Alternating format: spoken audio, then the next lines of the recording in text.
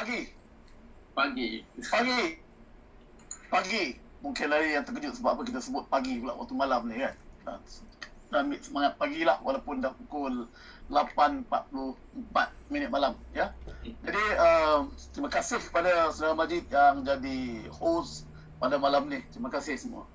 Datuk-datuk yang saya hormati sekalian, ya, tuan-tuan dan puan-puan, ya, ada nama yang familiar dengan saya, ada nama yang tak familiar dengan saya. Saya tak tahu sama ada N yang saya nampak tu adakah Nora Shikin, ya, the personnel officer, personnel manager. Tak tahu sama ada dia ke ataupun orang lain. Apa pun saya nak ucapkan terima kasih pada semua yang dapat hadir malam ni. Tahniah kerana berada di sini, ya. Mungkin kita akan dapat sesuatu daripada sesi malam ni, ya, insyaAllah, ya.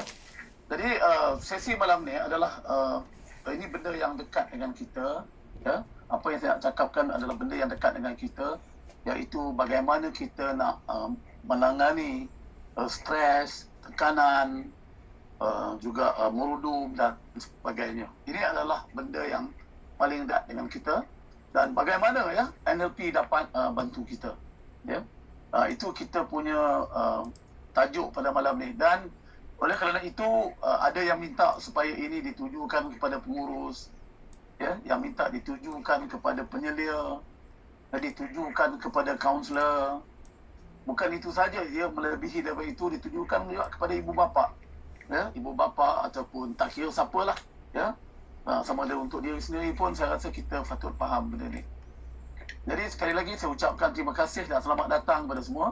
Dan apa yang saya nak katakan malam ni, sebahagiannya telah pun diperkatakan 2 hari sudah di majlis kaunselor, sekolah-sekolah atau Sahabat Guru Malaysia ataupun MAPEKA, Majlis Persatuan Kaunseling baru ni.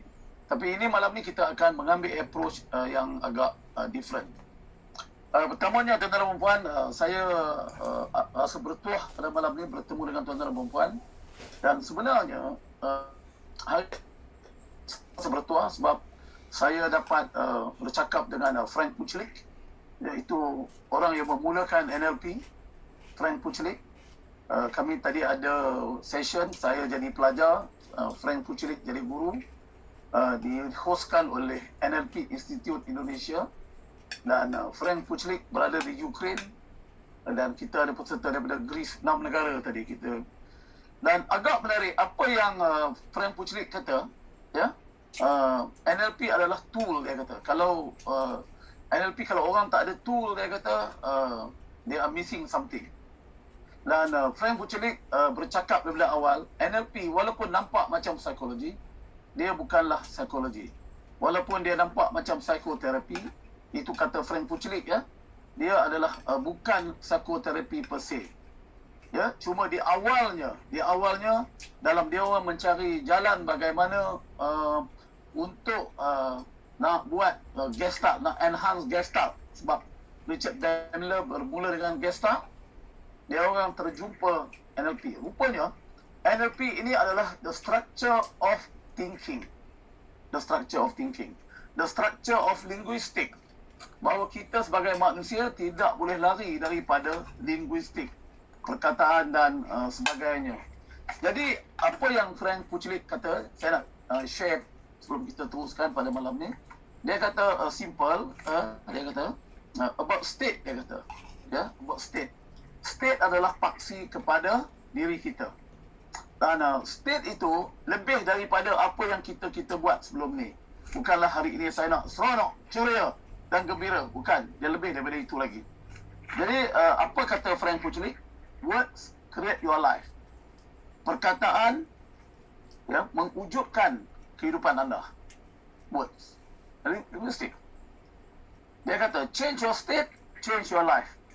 Itu powerful, dan saya rasa Datuk Roslan pun ada menulis tentang itu dalam Facebook dia. Jadi pada malam ini, apa yang saya nak ceritakan mengenai benda yang dekat dengan kita, mengenai emotional state kita yang merudumkan kita kadang-kadang, ya, kadang-kadang merudumkan kita dan sebagainya. Dan kalau saya tanya di sini, ada tak pernah kita melihat orang merudum? Apa kita nak jawab, ya? Berapa orang kata dia pernah tengok yang saya nampak gambar dekat depan sini. Berapa orang yang angkat tangan kalau dia pernah nampak orang merudum? Berapa orang yang pernah nampak orang stres? Ya. Berapa nampak orang yang fobia, takut lipas lah, takut apa kotak lah. Tak tahu saya sebut ni mungkin ada orang yang dah fobia pun. Gayat ke dan sebagainya. Berapa orang yang pernah tengok macam tu? Orang yang tak gayat, orang yang takut nak naik kapal terbang. Ya. Macam-macam lah, ya, fobia. Ya. Berapa orang yang dia rasa dia tak ada harga diri kadang-kadang. Macam orang tengok dia macam sampah aja. So, apa yang saya nak katakan di sini, NLP adalah bagaimana kita berfikir. Bagaimana kita menstrukturkan kita berfikir. Ya? Jadi, sebelum tu tuan-tuan dan puan, untuk lebih lanjut, kita sebut ramai-ramai, walaupun duduk di mana saja. Ada yang saya pernah tengok, ada yang saya tak pernah tengok, tidak kira siapa, di mana juga anda berada, ikut saya. Kita bagi semangat sikit pada diri kita. Boleh ya? Okey. Tak apa, sambil off pun tak apa. Sebut pada diri. Biar anak-anak yang duduk kat rumah pun boleh ikut. Kalau suami yang ada dekat sini, ajak isteri boleh sebut. Kalau isteri yang dekat sini, ajak.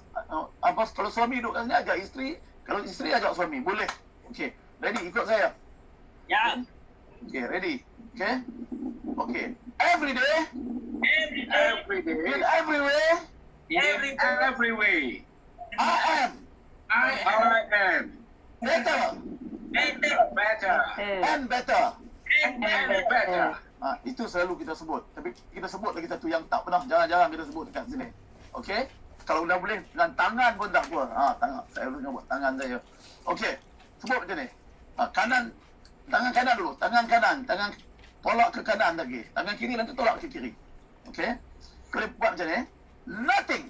Nothing. Nothing. Nothing. Nothing. Or nobody. Or nobody. Or nobody. Or nobody Can affect me can affect me negatively. negatively. Yeah. Nothing or nobody can affect me negatively. Nothing or nobody can affect me negatively. So bila kita kata tu, Mantap. bila kita kata tu, sebenarnya apa yang berlaku di sini? Kenapa negative thing tak boleh affect kita? Kenapa negative thing tak boleh affect kita? Kecuali kalau kita bagi kebenaran kepada dia untuk affect kita. Maknanya, bila kita kata nothing or nobody can affect me negatively, itu adalah kita mengambil locus control. Ya, locus control, kawalan locus ke dalam diri kita. Tapi kebanyakan orang, dia locus control tu duduk di luar. Jadi benda berlaku di luar, dia akan affect dalam diri dia. Dia tengok satu benda, dia akan affect. Ya. Jadi ini yang dikatakan state management. Ya. Kalaulah apa yang triggerkan state anda, apa yang triggerkan state anda? State adalah perkara dalam. Tapi kalau kita tengok satu benda, kita tengok orang cemek muka pada kita dan kita merasa sedih, makna dia state kita telah pun dicetuskan. Tak kira lah state kurang senang ke, state yang tak seronok ke, telah pun dicetuskan. Maknanya, kita sudah bagi locus control kita kepada orang tersebut tadi. Ya? Jadi, ini dia yang kita nak cakap pada malam ni, di mana kita dapat mengawal state kita. Ya? Tadi saya dah bagi satu perkataan kat sini tadi, ini dia.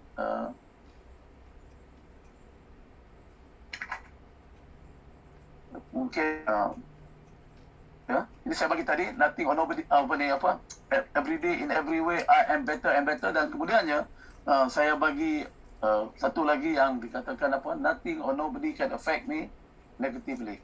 Yang itu saya tak ada dekat sini, tapi yang every day in every way tu saya ada dekat sini. Jadi tak apa, kita tunjuk dulu satu slide tu. Jadi bagi yang tak biasa, ini kali pertama mungkin anda tengok benda tu. Dia pergi mana pula, hilang. Tapi tak apa tuan-tuan dan puan. Dia hilang sikit lah Majid. Dia lari Majid. Apalah, saya masuk teruslah benda ni. Jadi apa yang saya nak tunjuk, kalaulah kita ya sebagai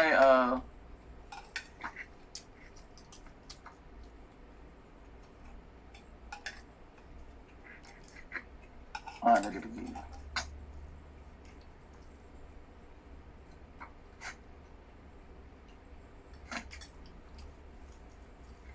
Kalaulah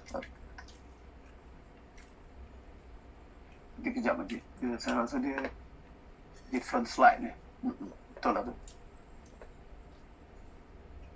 Jadi tuan-tuan dan puan, balik kepada tadi, kita kena ambil kita punya locus control ya. Yang pertamanya locus control itu adalah paksi kepada state.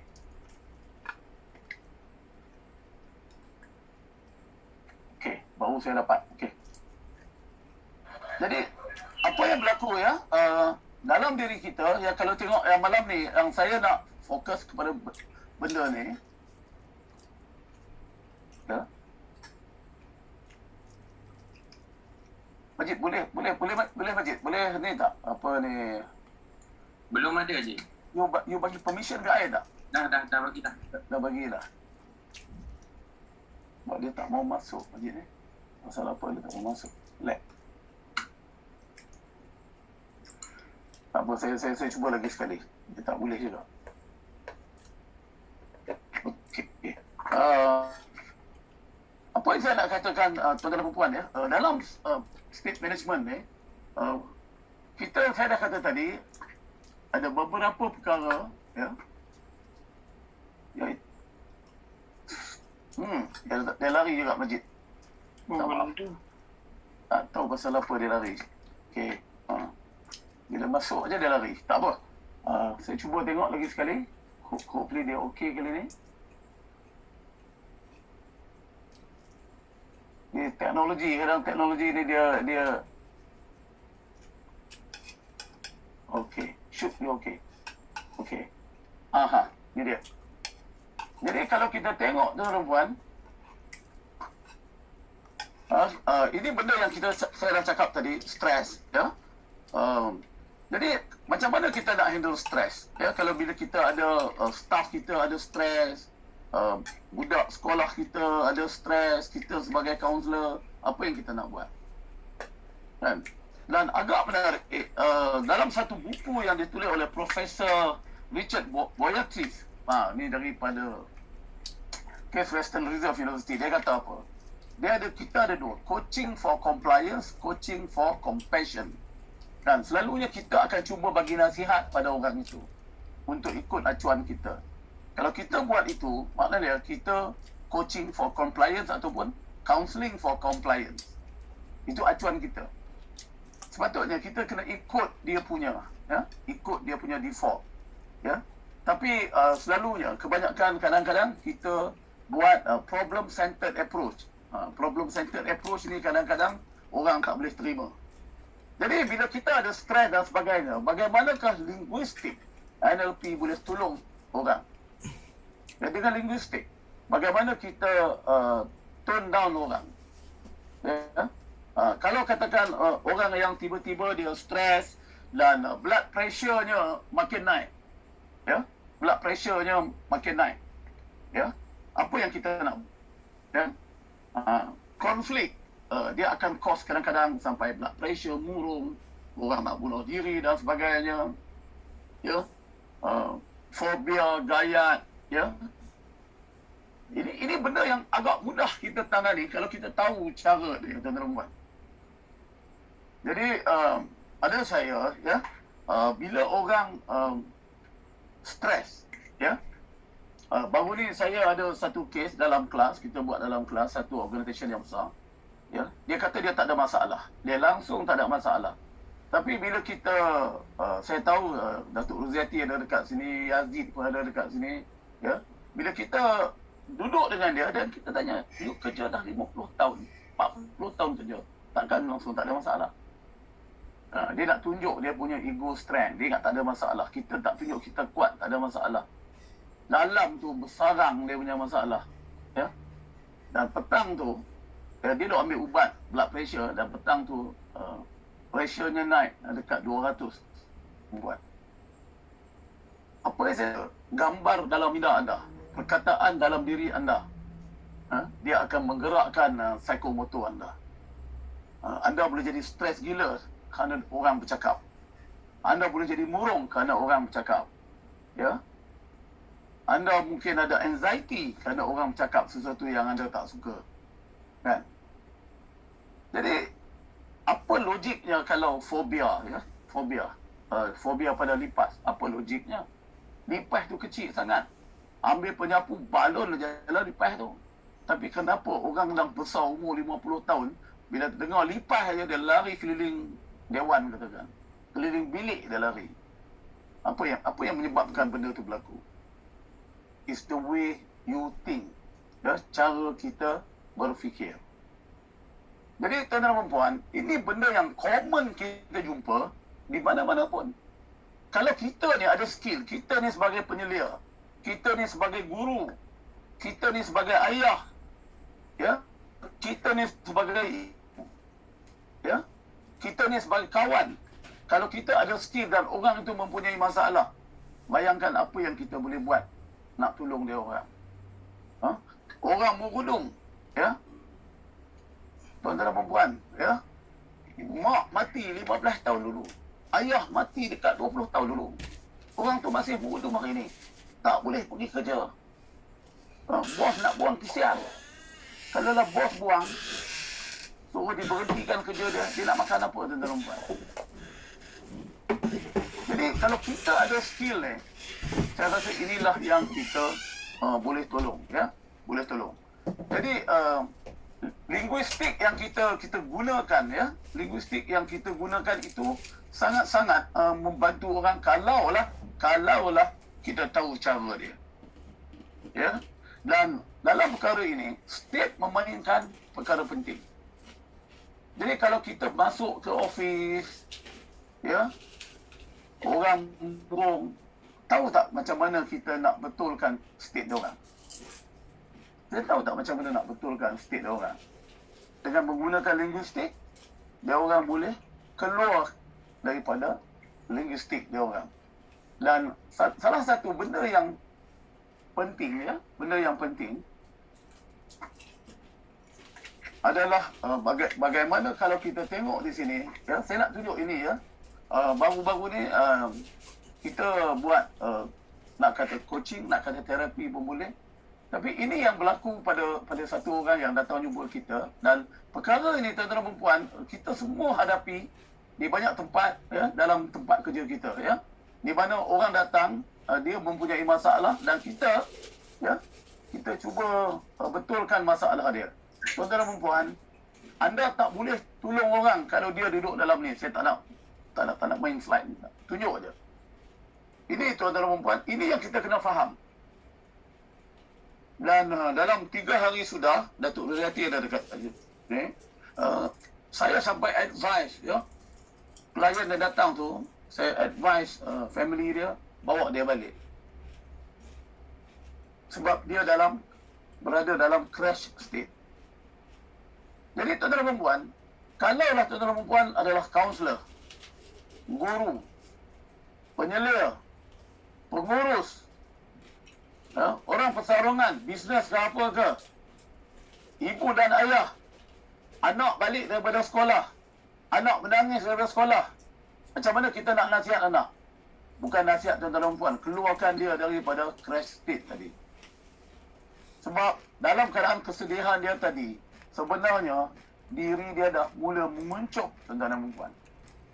Dia dah duduk dalam 4F. Kita tak tahu sama ada dia fear, ya, fear ataupun freeze, ya, flight, fight or flight, freeze, fall, kita tak tahu. Maknanya dia dah crash. Kan? Jadi dalam keadaan macam crash yang macam ni, tuan-tuan dan puan, pujuk anak tu, suruh tenangkan dia dulu. Ya, tenangkan dia dulu. Tengok dia boleh bernafas ke tak boleh bernafas. Betulkan dia punya pernafasan dulu. Ya.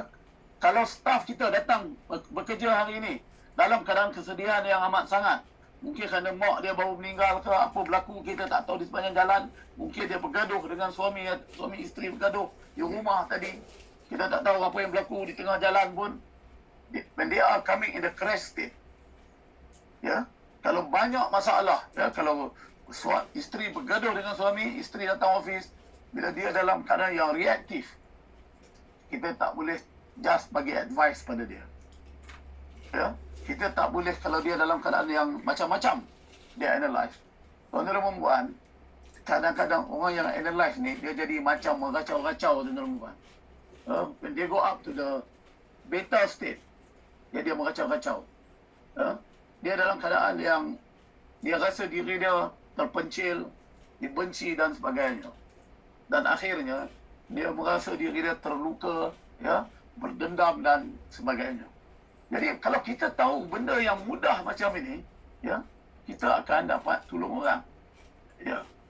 Jadi ini yang saya nak cuba ketengahkan pada malam ini, bahawa kita kena faham bila orang datang, kita tengok muka dia, dia bukan normal. Kalau dia datang dengan air mata mengalir ke pipi dia, dia dalam keadaan sedih, tuan-tuan dan puan, kita punya nasihat, ya, mungkin tak akan makan.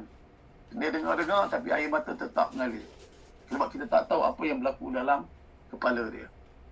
Ini yang kita nak kena jaga. Kalau kita silap perkataan, ya, kita akan amplify lagi gambar dalam kepala dia. Ya, cuba angkat tangan, angkat tangan di atas kepala semua orang. Nampak kamu? Pertamanya, orang selalu access dia punya mind. Dia macam-macam dia fikir waktu itu. Dia access. Kemudian dia amplify itu. Dia amplify gambar yang tak elok tadi. Ya. Kemudian dia anchor benda tu dalam diri dia. Okey, ikut saya. Letak tangan kat kepala, ikut saya. Terus baik, kita hilang mengantuk sikit malam ni. Jadi kita ikut saya. Ya, ya. Okey, relax. 1, 2, 3. Tarik nafas, lepas nafas. Okey, ikut saya. Access. Amplify. Anchor. Tuan-tuan dan puan, ini proses yang kita kena faham. Orang berfikir api kecil, tuan-tuan dan puan, ni macam api bara kecil je.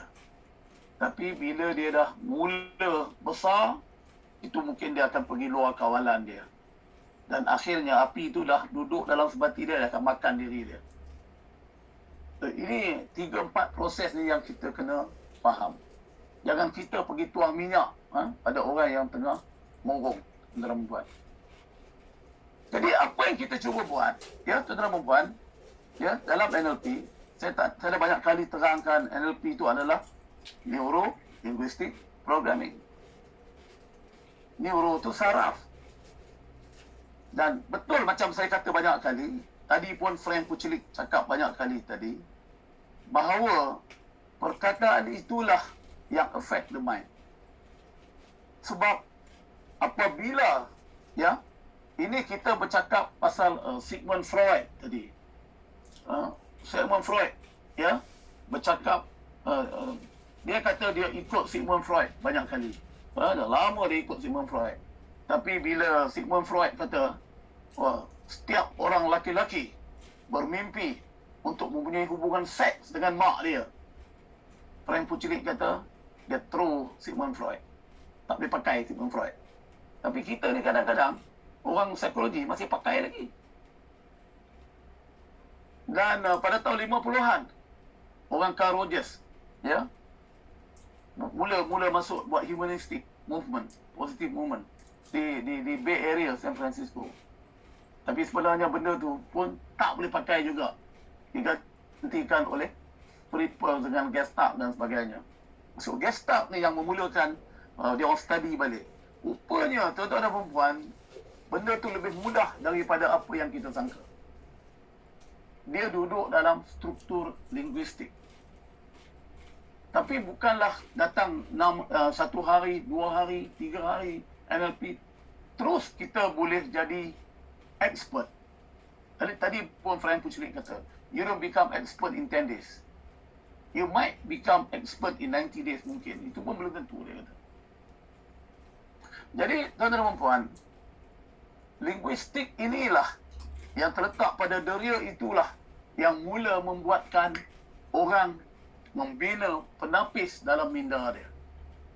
Jadi maknanya kalau kita faham NLP, kita mula memahami kerangka minda manusia. Kita mula memahami struktur pemikiran dia. Macam mana dia buat perception tersebut. Dan sebab itulah dalam NLP paksinya terletak kepada fikiran aras tinggi. Meta. Dan Frank Fucili kata tadi, sepatutnya NLP ni bukan nama NLP. Sepatutnya dia jadi meta science. Tapi oleh kerana nama itu digunakan oleh Frank Fucili untuk company dia, Richard Bandler dengan John Grinder tak boleh nak pakai nama tu. Dia orang opt kepada apa yang Alfred Korzybski kata, Neuro-linguistic Programming. Kalau tidak, it will be different name. Jadi ini saya kata ni, apa ada pada nama. Kan? Nama tu tak penting. Tapi yang teknologi itu yang penting. Jadi tuan-tuan dan puan, kita ni sebagai bos, sebagai kaunselor, sebagai penyelia, sebagai terapis, kita faham tak struktur tu? Inilah di mana NLP dapat bantu anda. Dan yang paling kuat dalam NLP adalah 13 linguistic pattern dalam meta model. Pertamanya, persepsi orang berlaku kerana deletion, pemotongan ya. Kedua, dia berlaku kerana pengherutan dalam kepala dia. Dia berlaku tu kerana pengherutan yang berlaku dalam kepala dia. Dan yang ketiganya, dia berlaku kerana generalization yang berlaku dalam kepala dia. Ini yang membuatkan orang buat map. Jadi kalau kita faham benda ini, kita boleh tackle map dia. Ini saya tunjuk gambar dekat sini. Ya. Dan Frank Fucili kata tadi, ini NLP ni lebih daripada model komunikasi. Ini model komunikasi. Tapi kalau kita tidak faham proses ini, bagaimana kita nak dapat kelakuan yang feed forward ni yang bagus? Payah nak dapat, tuan-tuan. Ya. Sebab benda masuk. Ya, kalau kita tengok feedback ni, ni kat sini ni. Boom, lipas masuk, nampak mata. Lipas terbang, hinggap dekat bab pipi dia. Dia dengar bunyi shhh, lipas punya bunyi. Terus dia jadi fobia dekat sini. Ni, fobia. Habis filter ni dia letak kat fobia. Lipas, boom, nampak gambar ni. Nampak emosi. Oh, ketar-ketar dia. Ya, takut dia. Jadi bila tengok lipas feed forward, no. Lipas bukan. Saya takut dengan lipas. Jadi, tuan-tuan dan puan, benda tu berlaku kerana distortion. Berlaku kat sini. Kalau kita faham, tak payahlah kita pergi tinggi-tinggi belajar psikologi ke apa ke. Tak payah. Kita tahu tak benda tu berlaku kat situ. Kalau kita belajar tinggi pun, kalau kita tengok rumput tengah terbakar, ambil air curah je lah. Tak payah nak masuk universiti, nak belajar, nak curah air macam mana. Kalau kita tahu kaedah dia. Saya bercakap ni secara simplistik. Ya. Tapi dia bukanlah mudah macam tu. Tapi saya nak cuba bagi tahu pada tuan-tuan dan puan, teknik ni mudah kalau kita faham. Dan benda ni amat cepat untuk kita faham. Ya. Jadi, generalization, deletion inilah perkara yang menghewayakan orang, ya tuan-tuan dan puan. Banyak filter dekat sini. Kita nak cabut filter yang mana? Filter yang mana yang kita nak cabut? Kan? Dia banyak filter. Ya? Kita nak cabut filter yang mana? Jadi kalau kita faham filter mana yang kita nak cabut, ya, jadi benda akan jadi lebih mudah. Itu aja saya nak cakap. Tapi kalau kita tak tahu nak cabut filter yang mana, nak ganti filter yang mana, mungkin ni teknikal sikit. Jadi kita katalah susah. Bukan nak susah mana, tak susah mana kalau kita tahu cara dia. Ya? Ada orang kata, yalah Haji, you cakap senang lah. Ya, tak buat macam mana. Tak, ini benda yang kita boleh belajar. Ya? Saya bukan seorang psikologis pun. Boleh belajar, tuan-tuan. Ni dia. Ni, Majid. Nampak tak Majid ni? Majid. Nampak Haji, nampak. Jadi Nampak tuan-tuan, Haji. kita semua ada penapis dalam kepala kita. Dan kita punya reaction based dalam kita punya kepala kita ni. Tapi kalaulah dia ada penapis yang tak bagus, kalau kita tarik satu macam mana? Apa jadi kalau kita tarik satu benda tu keluar?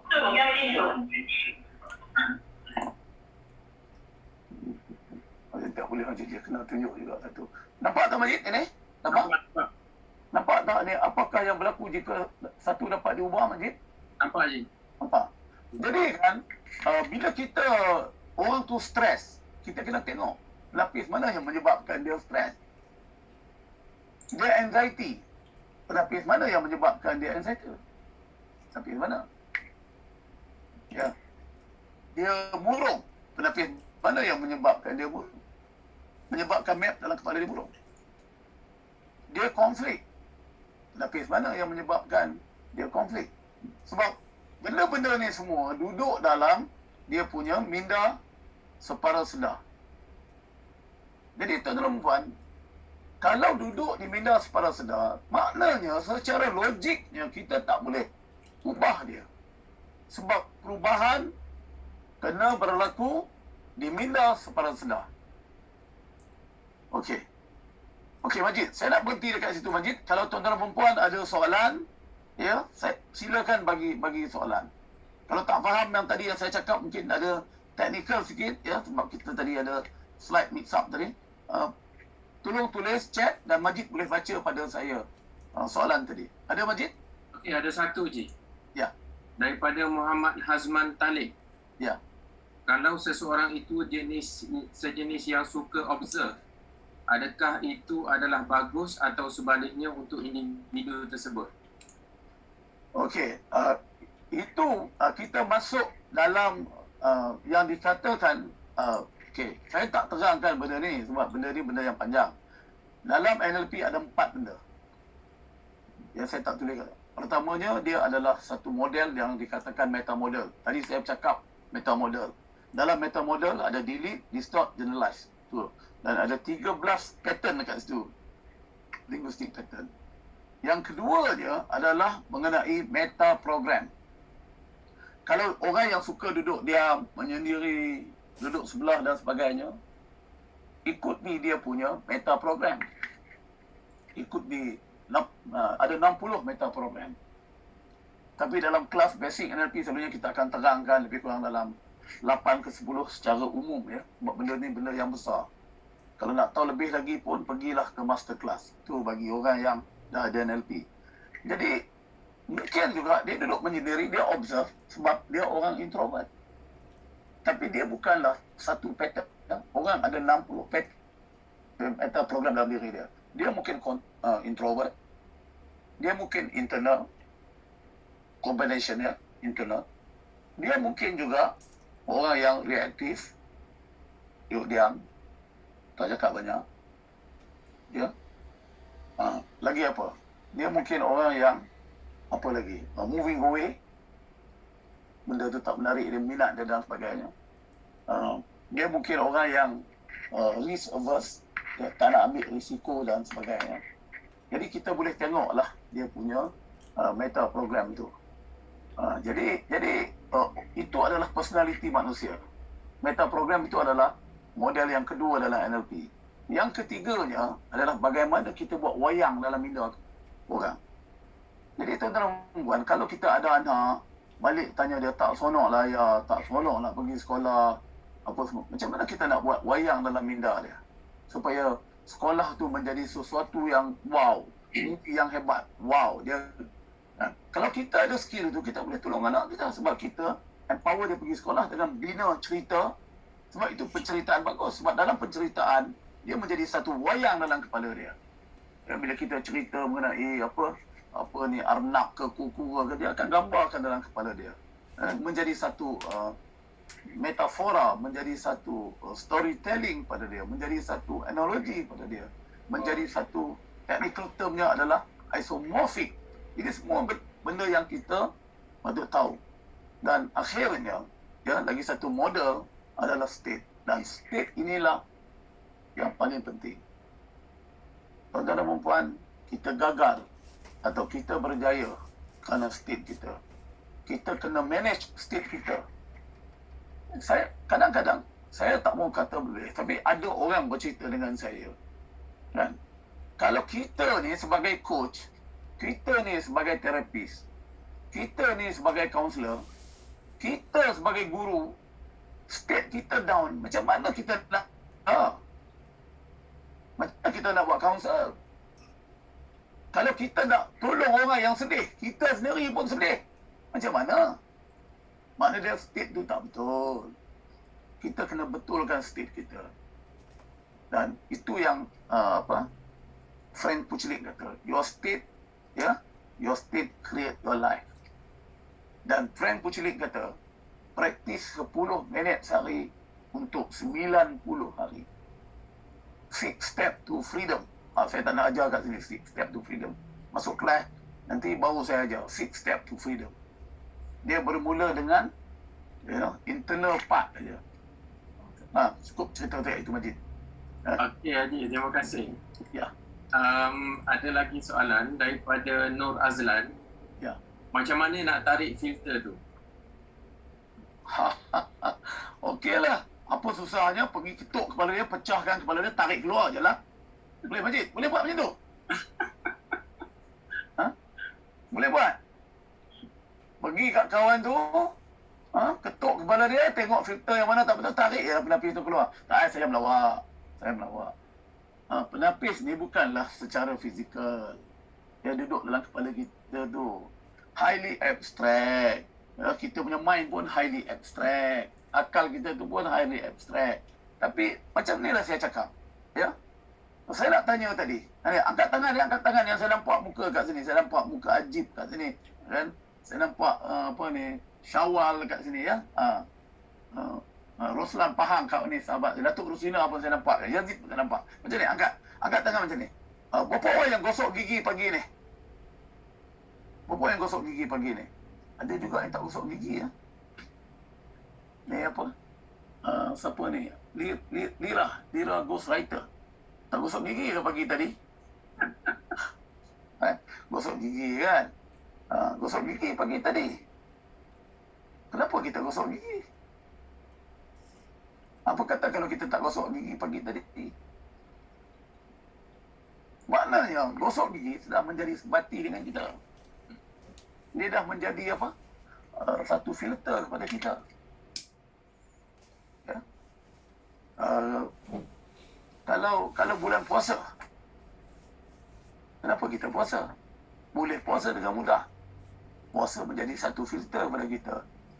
Takkan kita nak makan depan orang, malu dan sebagainya. Malu tu pun menjadi satu filter kepada kita. Jadi banyaklah filter yang duduk. Kepercayaan kita menjadi filter. Kan? Kepercayaan. Fobia tu berlaku kerana filter. Lipas. Lipas. Habis. Kita pernah mengalami turbulent. Naik kapal terbang. Turbulent. Air pocket. Berdemum. Jatuh sikit. Tapi kita melanded safely. Lepas tu tengok kapal terbang pun tak mau nak. Maknanya benda tu menjadi satu filter pada kita. So, jadi kalau kita cabut filter, katakan, filter takut kapal terbang tu, kita gantikan bahawa kapal terbang tu okey. Maknanya fobia tu dah dibuangkan. Filter tu dah digantikan ataupun reprogram balik. Ya. Jadi benda ni benda yang saya rasa cara buatnya adalah kalau benda ni masuk jadi benda yang filter ni dengan linguistik. Dan saya kata sebelum ni pun saya kata, kalau yang dah pernah dengar sebelum ni, saya kata apa dia? Linguistik adalah ilmu. Linguistik adalah ikra.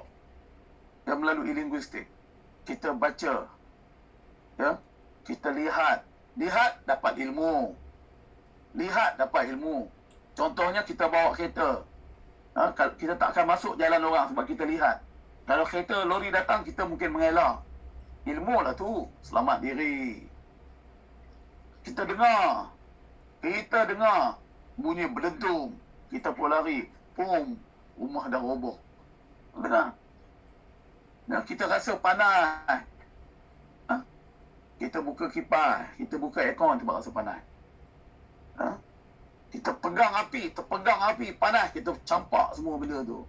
Sebab kita rasa benda tu dengan kulit kita. Lagi, apa dia? kita bau busuk, lalu tempat sampah, tutup hidung, bau. Ilmu lah tu. Lepas tu, makan cili padi, rasa pedas. Ya. Makan buah kelubi, buah pelam yang masam, mafam, rasa lidah. Itu pun ilmu juga. Kan? Jadi ilmu ni masuk pada kita melalui 5 benda tadi. Inilah yang mengajar kita. Fobia tu bukan dia jadi macam tu aja. It's a sensory touch. Ataupun dia masuk melalui sensory perception. Okey, Majid? Okey je. Okey, saya nak masuk sikit ni benda ni, Majid. Ini saya nak masuk ni. Ini untuk especially untuk counselling people, ya. Ini benda yang mustahak, ya. Di mana kalau kita nak buat perubahan, macam mana kita nak buat perubahan? Kalau tidak, kita punya superficial, ya. Ya, tadi pun kami dengan friend Puteri duk cakap benda ni lama tadi. Ini dia, ya. Kalau kita tengok minda ada minda sedar, minda tak sedar, ya. Banyak benda ini kalau kita ambil analogi telaga ni perigi kan, benda-benda yang keladak, fobia, anxiety, semua duk kat keladak ni, kat dalam perigi bawah ni. Benda yang tak logik, benda tak rasional.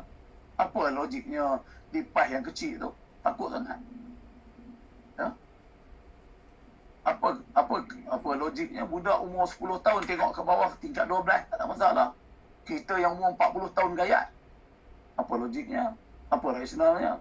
Tapi itulah yang menyebabkan orang macam dia. Ni duk kat bawah ni, keladak-keladak ni. Jadi tuan-tuan dan puan, kalau kita setakat bercakap dengan dia level atas ni, tak sampai ke mana. Kan? Jadi tuan-tuan dan puan, pagi tadi saya berkesempatan coaching satu lady tadi. Dia nak buat bisnes tak boleh jalan. Saya tak tahu Tuan Haji Umar ada tak malam ni kat sini, saya tak tahu.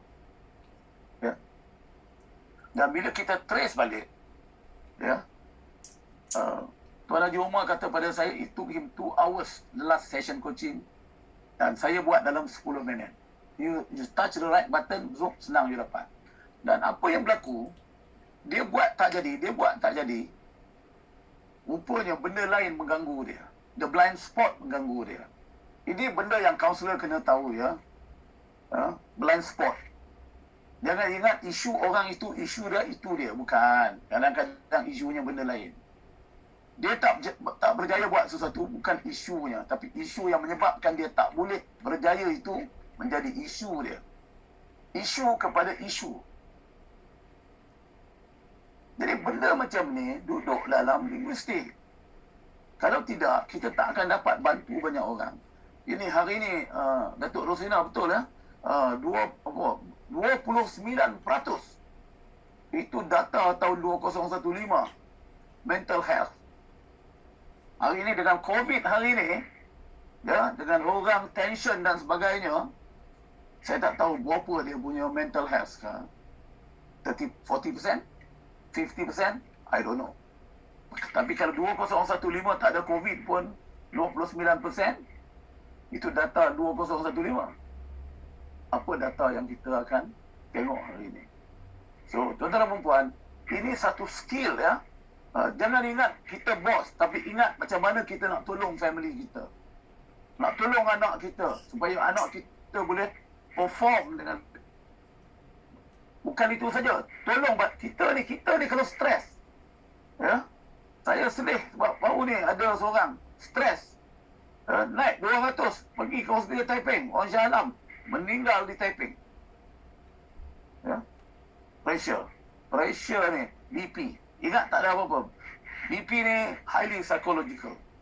BP ni never physical, tuan-tuan dan puan. Stress banyak psychological stress. Anxiety highly psychological. Murung highly psychological. Ya, conflict highly psychological. Okay. Majid, ada apa Majid? Kalau ada? Okey, Jin. Balik semula pada filter. Ya.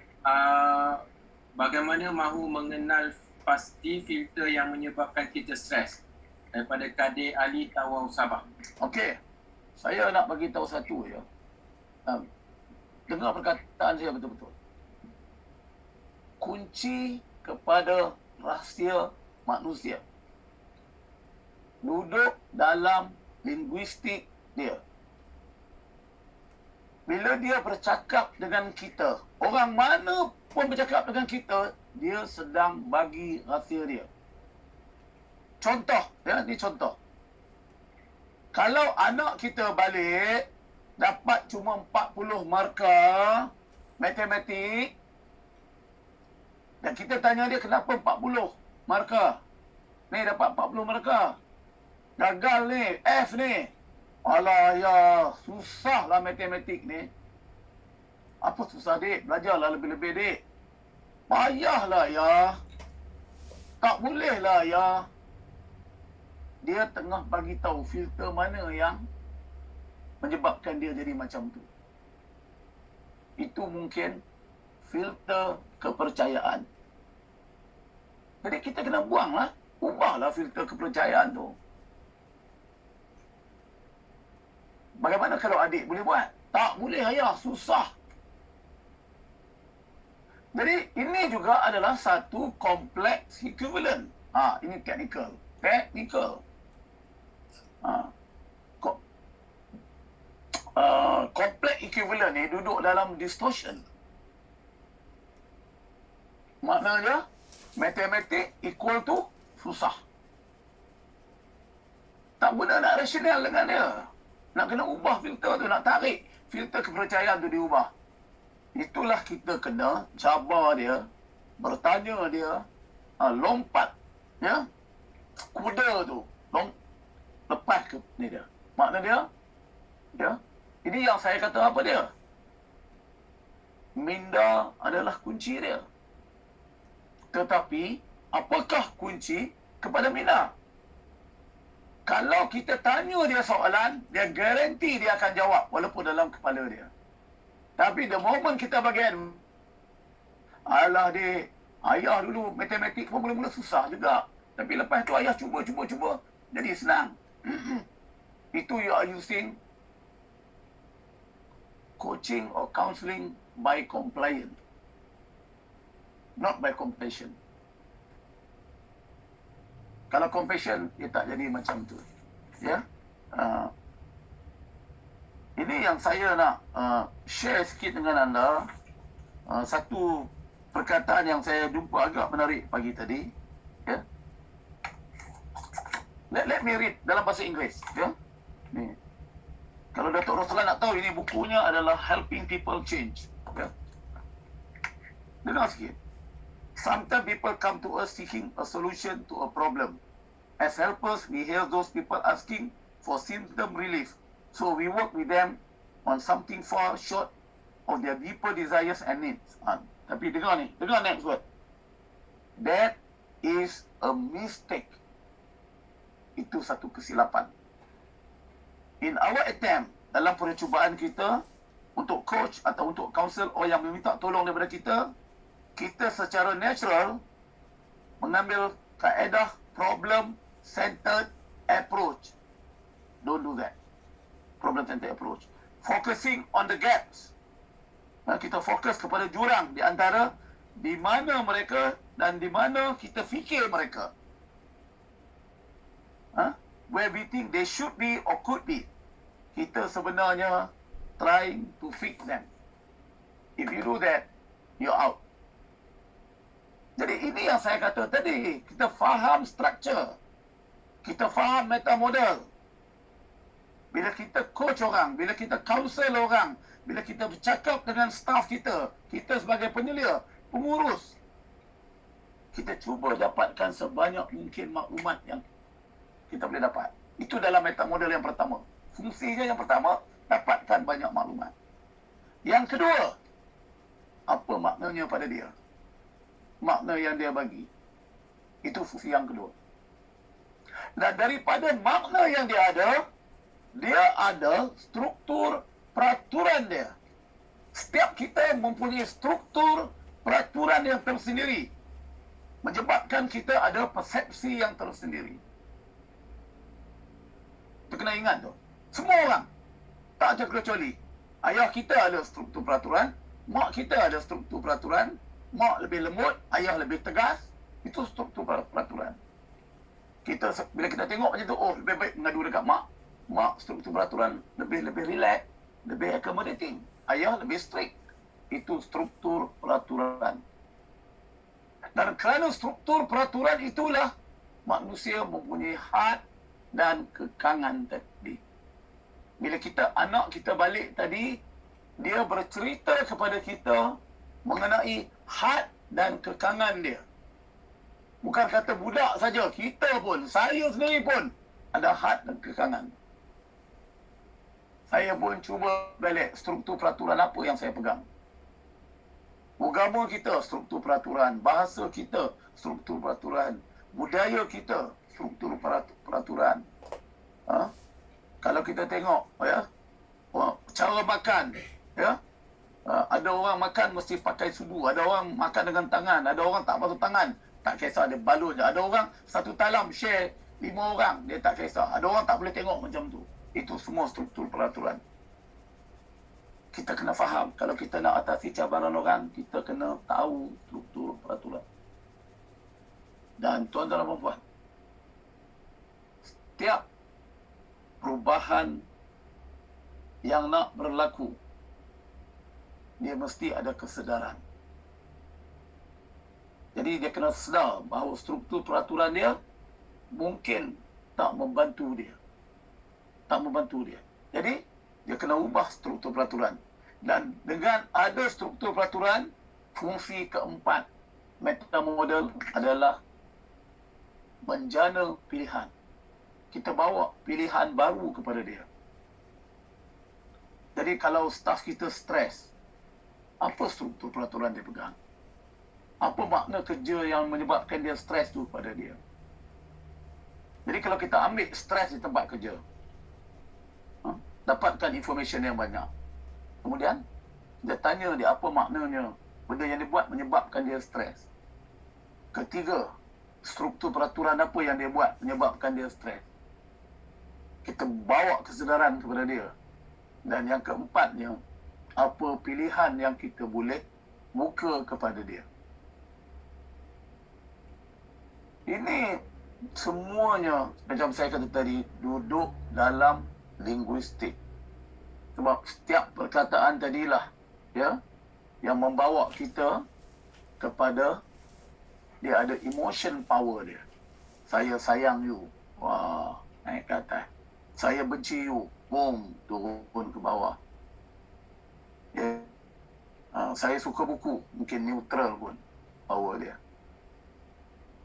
Okey? So, makna filter itulah yang kita nak ubah tadi. Okey, Majid? Okey, Cik.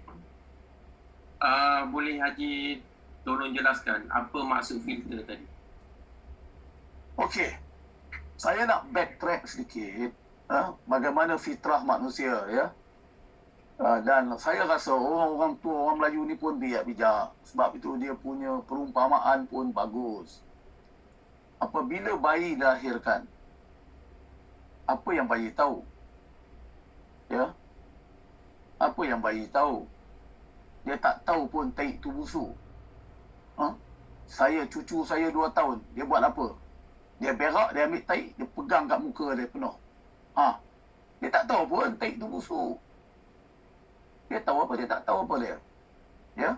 Maknanya dia punya filter belum ada lagi, belum form lagi. Dia nama 10 kali pun. Alif. Sampai sekarang dah 2 tahun lebih pun dia tak faham lagi nama dia. Kakak dia yang dah 4 tahun, tahu. Aiman. Datang Aiman. Alif ni tak tahu pun nama dia. Makna dia, nama tu tak jadi filter lagi pada dia. Majid. Oh, Majid. Ya, Haji. Nampak? Pasal apa Majid menyahut saya?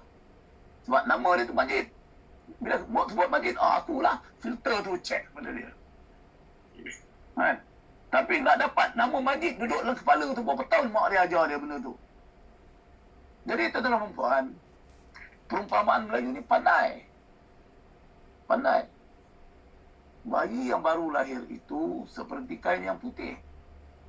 Makna neutral, tak ada apa. Ibu bapa, ayah mak dia lah yang mewarnakan dia. Itu environment dia. Sebab itu kalau kita tengok budak yang duduk di tempat setinggan, rumah setinggan, dengan budak yang duduk di rumah besar, perangainya berlain, filternya berlain. Ya, orang yang duduk rumah setinggan dengan ni lain. Orang yang duduk di rumah setinggan, kadang-kadang dia mungkin rough sikit. Rough, kan kasar sikit. Rough life. Ya. Orang yang duduk di rumah besar dalam town, mungkin dia lebih lembut. Mungkin approach yang lebih lembut sebab ya, cara didikan dia macam tu. Ya. Jadi kita boleh tengok perangai manusia yang berlaku kerana filter yang dia ada.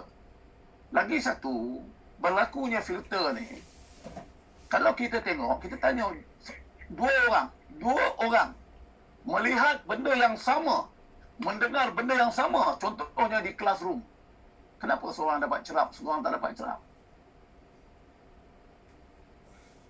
Ini semua ya, cara pencerapan ya. Ada yang mencerap lebih dengan mata, ada yang mencerap lebih dengan telinga, ada yang mencerap lebih ikut sentuhan, feeling dia dan sebagainya. Jadi maknanya benda-benda ini ya masuk dalam menjadi lain. Contoh. Bila saya buat sekali tu, saya buat meditasi di tepi sungai banyak tahun dulu. Di Sungai Perak. Dan waktu petang, kami dengar bunyi air. Dengar bunyi air. Saya suruh dia orang dengar bunyi air. Saya bilang bunyi air tu. Plap. Saya bilang. Uish, saya dengar 7 bunyi air. Saya dengar 7. Saya ingat saya hebat. Saya tanya seorang lagi, yang paling banyak saya dapat. Dia dapat dekat 12 bunyi air. 12 bunyi air. Jadi maknanya, ada benda yang saya tak boleh dengar. Saya tak tahu. Jadi filter saya mengenai bunyi air dengan dia punya filter lain. Jangan ingat kita sama dengan haiwan. Haiwan mungkin dia boleh dengar lain dia punya filter. Jadi filter ni berlaku kerana cara kita menyerap maklumat. Saya percaya ada orang boleh makan dalam kedai Cina yang Muslim.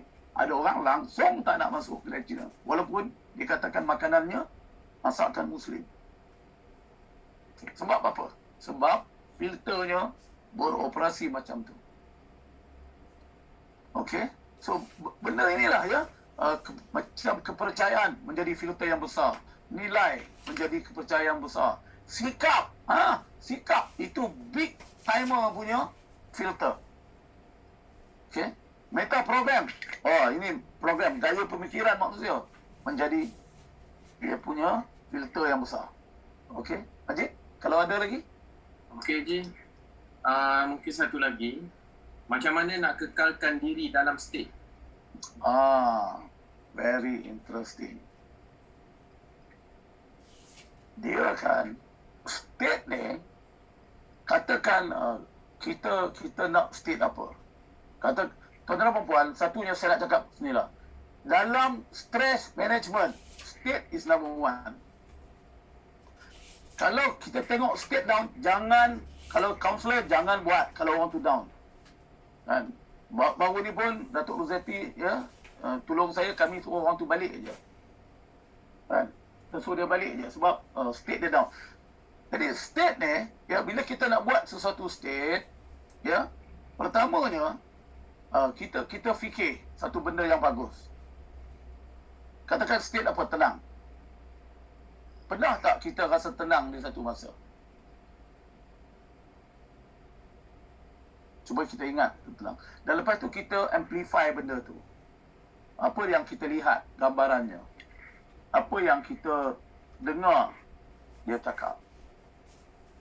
Dan apa yang kita rasa ataupun di sentuhan yang ada? Dan lepas tu kita sebut secara perkataan pun boleh. Dan agak menarik, state ni, saya nak share dengan apa yang Frank Pucelik buat petang tadi yang saya rasa amat menarik dalam state management. Ya. Dia kata, dia datang rough life. Ya. Rough life. Pernah waktu dia kecil, dia selalu kena abuse dengan mak dia. Dan satu hari tu, mak dia abuse dia, marah dia angkat muka. Masa angkat muka tu, mak dia balun muka dia dengan peluru, pecah muka dia. Tapi bila dia besar, dia kata orang tak boleh bully dia. Satu hari pun dia lawan mak dia balik. Yalah, dia tengok. Jadi mana dia pergi pun, kalau dia tengok benda tu, dia akan teringat mak dia bully dia.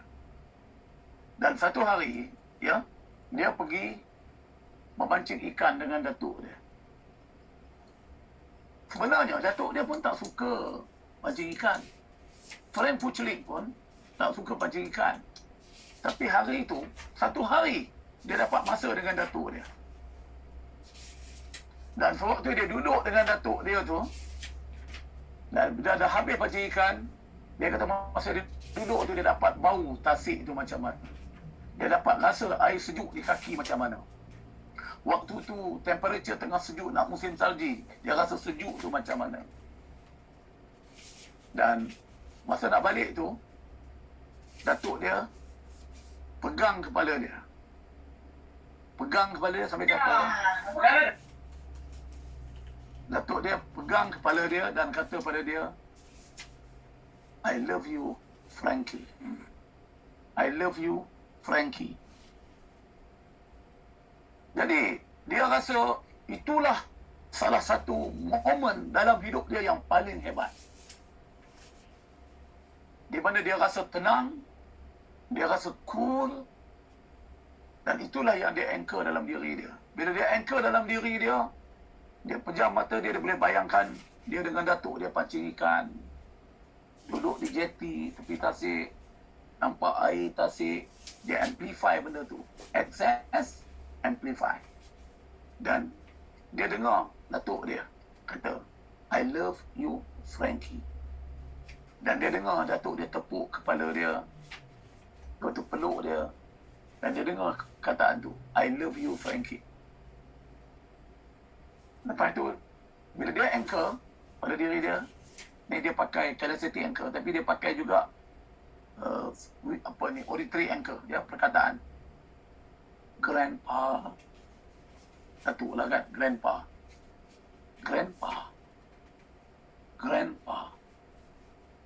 So, dia bila dia pergi Vietnam War, dalam keadaan yang terdesak, nak come ni, bertembak dengan Vietcong di Vietnam, dia pegang kepala dia, dia kata, grandpa. Dan waktu itu, dia rasa amat tenang.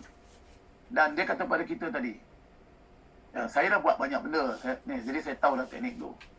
Dan, tapi bila Frank Pucelik cakap tu tadi, saya nak kongsi dengan anda lagi sekali.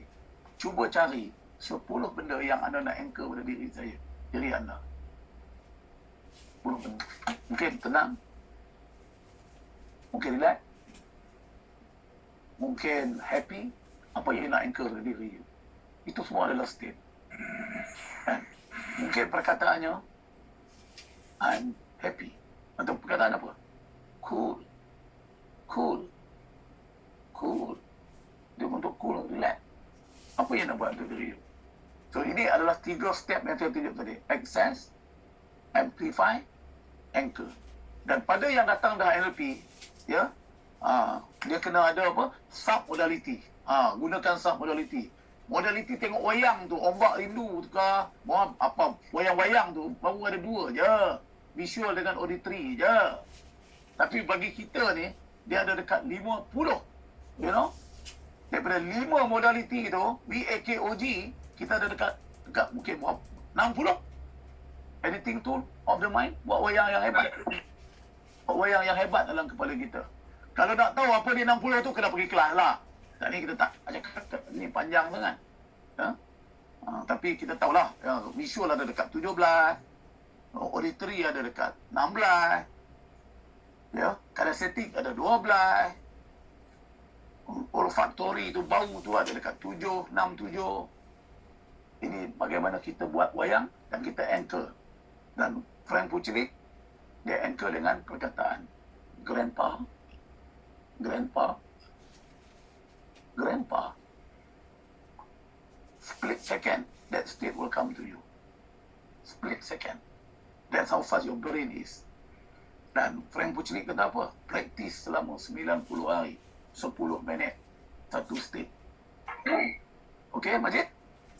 Okey, Jin. Ada lagi soalan daripada Ali. Ya. Macam mana... Sekejap. Okey, macam mana kita nak meningkatkan visual dalam kepala kita dengan menggunakan VAKOG? Saya susah nak dapat sesuatu image dalam kepala kalau saya bayangkan sesuatu walaupun diri sendiri. Nak cakap sedikit panjang.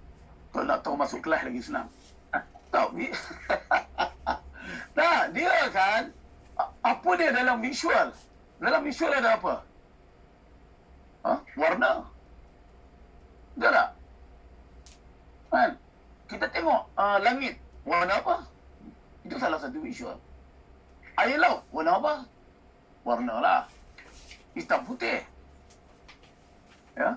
Kalau tanya orang yang sedih, apa colornya? Kebanyakan orang sedih akan jawab gelap lah.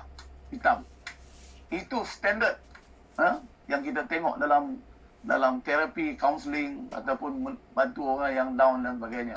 Jadi makna dia, you kena tahu bagaimana nak menggunakan yang saya kata tadi tu. Editing tool tu. Tool untuk nak edit gambar tu. Ya? Nak edit gambar tu, you kena tahu tool dia. Kan? Saya, visual ni bukan susah sangat. Kan? Siapa yang tanya tu, saya tak tahu siapa dia dekat yang tanya tadi. Tapi kan, kalau saya tanya, ada mak lagi tak? Daripada Ali. Boleh unmute. Ada? Siapa dia? Ali. Masih ada dia. Ali ada? Tak apa. Kan? Cuba ingat, rupa mak macam mana. Mesti orang boleh ingatnya lah. Kalau ada anak, kita tanya, rupa anak macam mana? Bagaimana muka anak sewaktu kita sambut dia lahir, kali pertama kita tengok dia. Ini dia mesti ada anchor-anchor lah. Dan lepas tu kita cuba, kita buat mapping across. Dalam teknik NLP ni boleh buat mapping across. Makna dia, kita ambil satu dan kita bawa kepada yang satu. Cantiknya dalam NLP ni, kita boleh transfer resource. Itu salah satu benda yang paling hebat. Yang kalau kita boleh transfer resource, kalau kita tahu. Ataupun dipanggil juga mapping across. Sebab itu modelkan kecemerlangan. Kalau kita tak faham NLP, kita tak faham. Kita ingat NLP ni pergi tengok mata orang, fobia. Bukan. Yang paling penting adalah bagaimana kita boleh buat transfer of resources, memodelkan kecemerlangan. Ini dua perkara yang paling besar ya dalam NLP. Sebab apa? Waktu tahun 50-an, 60-an, ya, di waktu itu, psikologi, kalau tengok buku-buku psikologi dulu, semuanya menceritakan, apa dia? Keburukan manusia. Manusia yang buruk. Crazy people. Crazy. Ini kita ambil Sigmund Freud ke, ya, siapa lagi? Selepas Sigmund Freud, siapa lagi? Allah. Bukan Skinner sebelum tu lagi. Ini semua yang lepas-lepas ni. Carl Jung, semua buku ditulis mengenai people who are broken. Orang gila. Macam mana nak baikkan orang gila. Orang yang sedih. Orang yang anxiety. Orang yang apa lagi? Murung. Orang yang apa? Konflik. Jadi, sampailah tahun 60-an sebelum NLP. Fokus psikologi adalah kepada crazy people. Crazy people. Jadi, apa yang kita nak heran? Sebab itu, dalam presupposition NLP, people are not broken. Itu highly contradict apa yang psikologi buat. Dan Frank Pucelik kata apa terang-terang? Anda jangan ingat NLP itu adalah psikologi. Kenapa kita nak samakan dengan psikologi? Sebab dia adalah memodelkan kecemerlangan. Dia menggunakan sensory acuity. Dia menggunakan proses how. Kita tak nak bercakap why that guy is mad. Kenapa orang tu gila? Itu psikologi bercakap. Kenapa orang tu gila? Kenapa orang tu jadi biol? Itu psikologi. Kenapa itu bagi kat psikologi. NLP tak minat tu. NLP minat how. What do you want and how can you get it? Jadi maknanya bila dia orang faham the structure of linguistic, bahawa rupanya rahsia itu duduk dalam linguistik. Bila dia orang pergi modelkan Milton Erickson, tadi pun Puchlik cakap, dia orang modelkan Virginia. Sebenarnya itu dua nama saja yang terbit. Sebenarnya dia kata tadi, kami modelkan beratus orang yang hebat-hebat. Bukan broken people. Modelkan yang hebat, bagi tahu pada orang yang broken. Kan? Jangan tanya budak tu, kenapa you dapat 20 markah? Kenapa you dapat 20 markah? Itu tak bantu dia. Kita tanya budak yang dapat 90. Bagaimana you dapat 90 markah? Bagaimana you dapat 95 markah? How? Bawa how tu, bawa kepada budak yang dapat 30. Pujuk dia. Motivate dia. Supaya guna teknik yang orang dapat 90. Mungkin dia tak dapat 90. Dia dapat 80. Tapi kalau kita nak tanya dia, kenapa? Dia nak bercerita dia lah. Kenapa? Susah lah. Ya. Mak tak bagi duit lah. Perut kosong lah. Kenapa? That is the biggest difference between psychology and NLP. Jadi kalau kita tengok, orang tu susah tempat kerja. Anak buah kita. Don't focus on the problem. Frame of NLP, don't focus on the problem. Focus on the solution. Okey, Majid? Okey Haji, saya rasa menjawab soalan yang seterusnya tadi ada daripada Ahmad Baihaqi yang tanya tentang modeling. Saya rasa Haji dah jawab tadi. Modeling ni, kita bila kita dapat satu-satu orang, kita kena tanya deep questions. Deep question. Saya modelkan budak 9A+, ada 108 soalan. Kita develop template tu. Kita tanya dia punya VAK, kita tanya dia punya meta program, kita tanya dia wayang minda dia macam mana, kita tanya dia soalan yang dia tanya pada diri dia, kita tanya dia apa yang membuatkan dia buat waktu yang dia buat, macam-macam itulah. State dia bagaimana.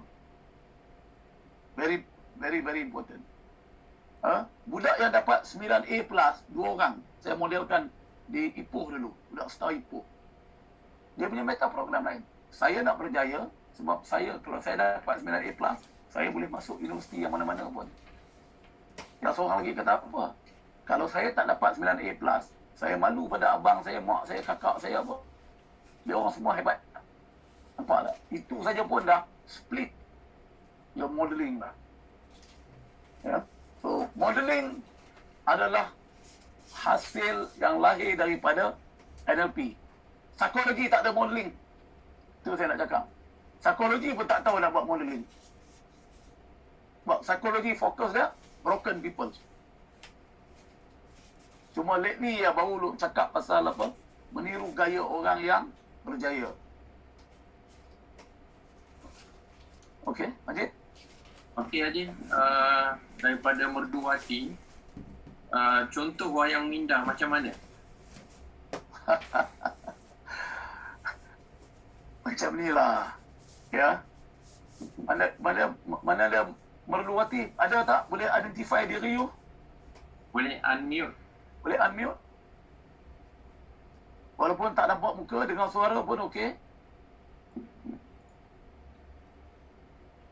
Ya, Tuan Haji. Okey. Tak apa. Muka pun tak apa. Okey. Okey. Wayang minda kan? saya tak mau tanya umur you ya, tapi adakah ada mak lagi, ada bapak lagi? Ada mak, bapak dah tak ada. Bapak dah tak ada kan? Hmm. How old is your mother? 60. 60. Masih boleh berjalan? Ya. Ya. Dia duduk di mana ya? Terengganu. Terengganu kan? Masih duduk. Dia duduk di mana? Rumahnya macam mana?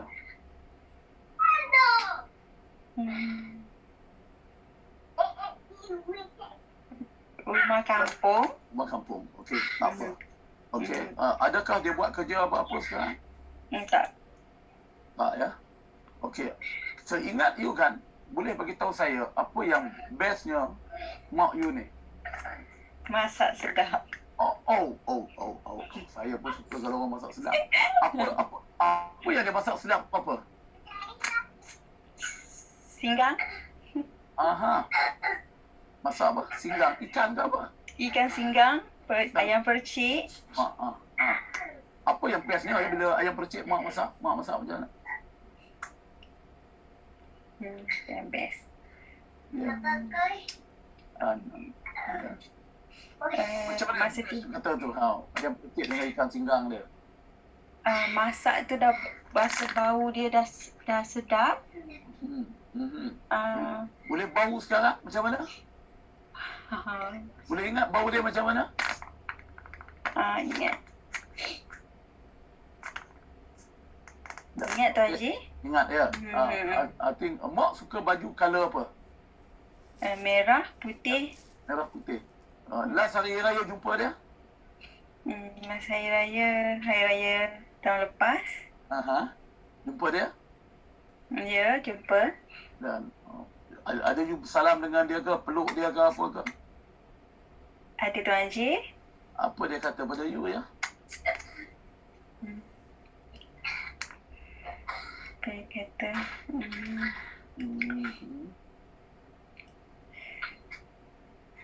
Ingat lupa lah Tuan Haji. Tak apa. Okey.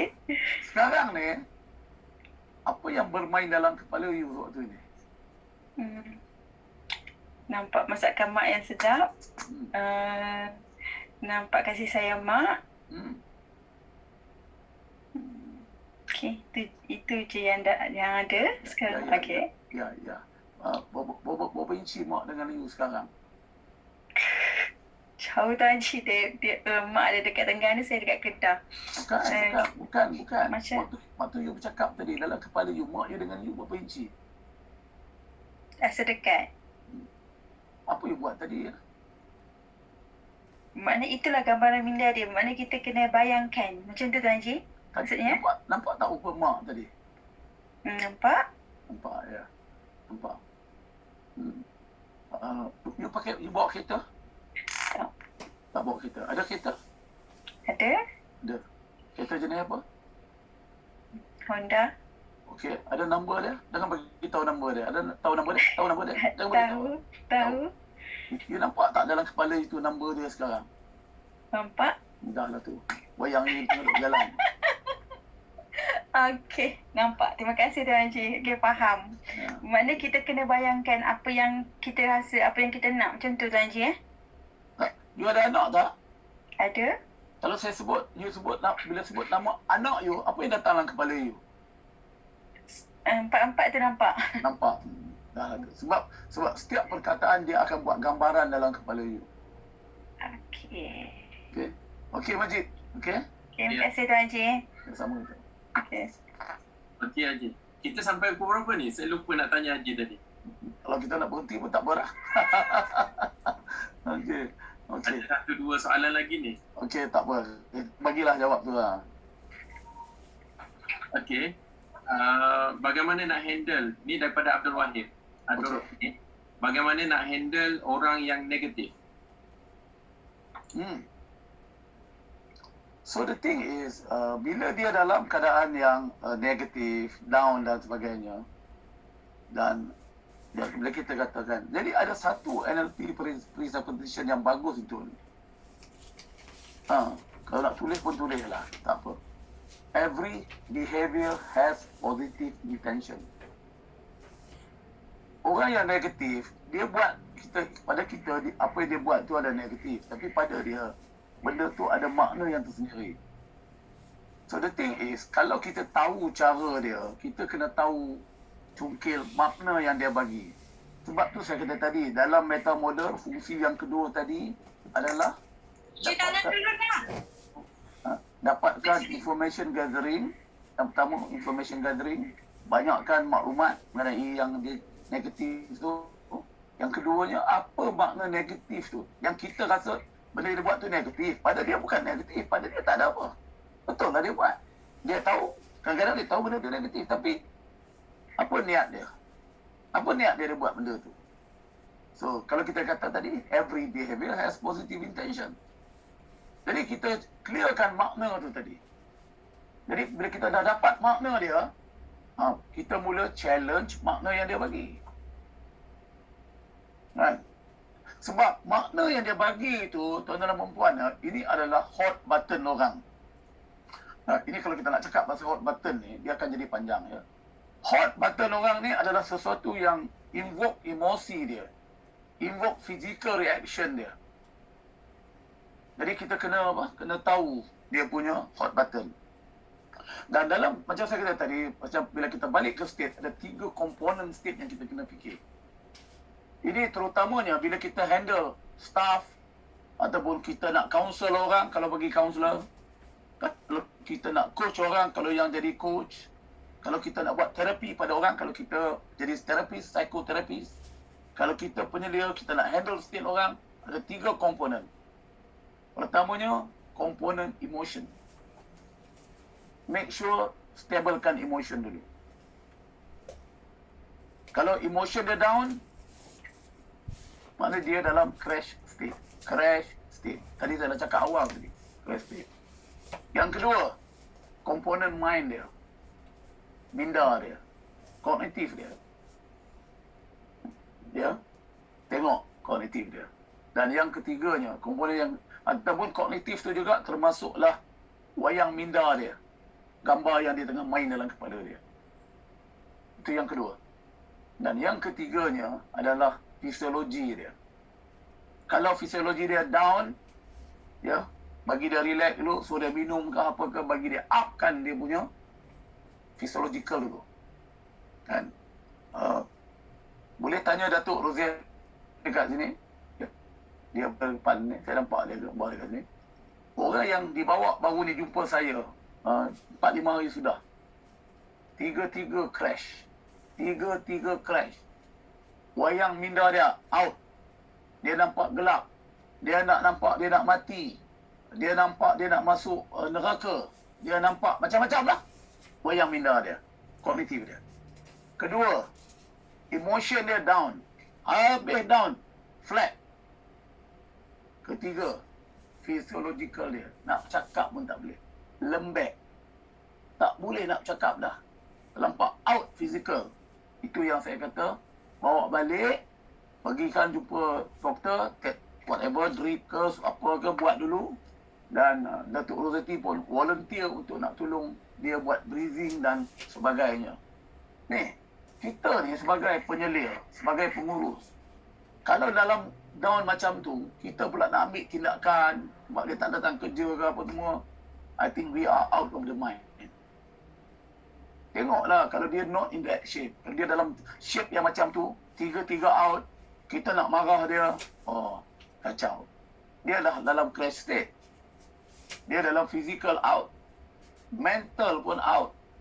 Emotional pun out. Jadi ini benda yang kita nak faham. Dan saya tahu ada yang kaunselor yang ada malam ni, tolong jangan buat kaunseling anda sewaktu orang tengah crash. You kena ubah tu dulu. Okey? Okey, Majid? Okey, Ji. Saya rasa sampai masanya. Ya. Kebetulan pula keluar soalan Ya. daripada Hafiz. Boleh? Lepas ni Haji boleh terangkan tentang apa itu NLP, Mega Event NLP 2021. Ini soalan daripada Hafiz. Apa yang saya boleh lakukan dengan sijil NLP tersebut dan mungkin Sifu boleh jelaskan standard atau pengiktirafan sijil Akademi NLP Malaysia. Ya, ini menjadi satu isu. Ya. Ada orang kata, wah, kalau saya pergi Akademi NLP Malaysia punya, saya tak dapat pengiktirafan macam sijil so and so. Saya tak mau sebut siapa nama dia lah. Tak, dia macam ni. Untuk apa you datang NLP? Adakah untuk sijil? Ataupun untuk usefulness dia? Tapi saya kira masa pun dah tak berapa ada, so saya bagi peluang kepada Haji untuk terangkan apa itu mega event NLP untuk terlebih-lebih tahu. Okey, terima kasih banyak-banyak Majid. Minta maaf saya nak masuk sedikit komersial ya, sedikit komersial. Ini mengenai event yang kita nak jalankan pada bulan 3 tahun depan yang dikenali sebagai mega event ya, NLP mega event 6 hari bulan sampai 11 hari bulan ya. Dan juga mulai bulan 12 ada 2 sesi Zoom ya. 7 sesi Zoom. Ini menjadikan kita punya program adalah program yang orang kata apa? Dalam time 8 hari punya program. Tidak ada NLP di Malaysia yang 8 hari punya program. Custom Vivo pun baru buat dari 7 hari. Endless Dawn pun saya kata 7 hari. Itu standard ABNLP.